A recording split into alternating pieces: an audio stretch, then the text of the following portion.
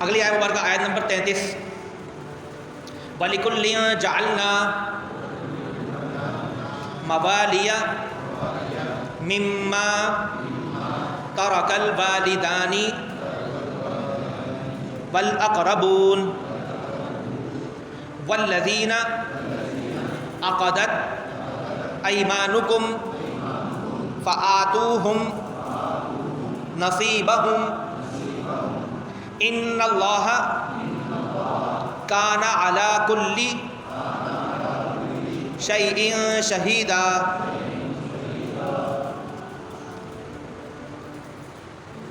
ایک تو اللہ تعالیٰ نے فرمایا کہ وَلِكُلٍّ جَعَلْنَا مَوَالِيَ مِمَّا تَرَكَ الْوَالِدَانِ وَالْأَقْرَبُونَ،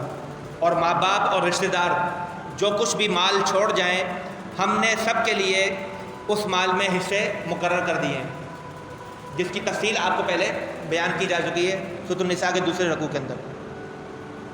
اچھا، پہلے زمانوں میں عہد جہالت کے اندر ایک رسم یہ بھی تھی کہ جن لوگوں کو پکا دوست بنا لیا جاتا تھا، ایسا دوست بنا لیا جاتا کہ اگر مجھ پہ کوئی مصیبت آئے گی، کوئی تاوان آئے گا تو میرا یہ دوست دے گا، مجھ پر کوئی قصاص آئے گا میرا یہ دوست دے گا، اگر اس پہ کوئی قصاص آئے گا تو میں دوں گا۔ اس طرح سے کچھ لوگ آپس میں عہد و پیمان کر لیا کرتے تھے، دوستیاں، پکی دوستیاں، یاریاں ہوتی تھیں، یا کسی کو منہ بولا بیٹا بنا لیتے تھے، منہ بولی لے پالک جس کو کہتے ہیں، کسی کو منہ بولا بیٹا یا بیٹی بنا لیا جاتا۔ تو منہ بولا بیٹا یا بیٹی بنانے سے وراثت میں حصے دار نہیں بنتا۔ منہ بولا بیٹا یا بیٹی یا لے پالک اولاد جو ہوتی ہے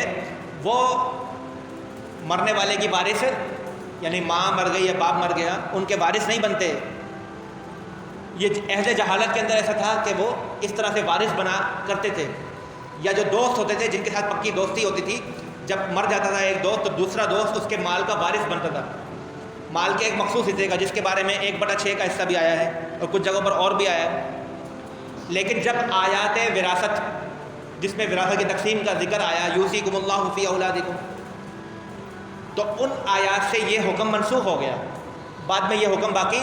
نہیں رہا، اب یہ حکم باقی نہیں ہے۔ والذین عقدت ایمانکم فآتوہم نصیبہم، یہ آیت کا جو حصہ ہے یہ منسوخ ہو گیا۔ اس میں کیا کہا اللہ تعالیٰ نے؟ اور جن سے تمہارا پکا معاہدہ ہو چکا ہو انہیں ان کا حصہ دو۔ جیسے کسی کو بیٹا بنا لیا یا کسی سے پکی دوستی یاری عہد و پیمان کر لی ہے زندگی کے اندر، تو پھر جب وہ مر گیا تو اس جائیداد کا وہ حصے دار پہلے بن جایا کرتا تھا۔ بعد میں جب اللہ تعالیٰ نے تفصیل سے احکام بیان کر دیے کہ مرنے والے کی صورت میں کون کس کا وارث بنے گا اور کون نہیں بنے گا، تو پھر یہ حکم منسوخ ہو گیا۔ ان اللہ کان علی کل شیء شہیدا، بے شک اللہ تبارک و تعالیٰ ہر شے پر گواہ ہے،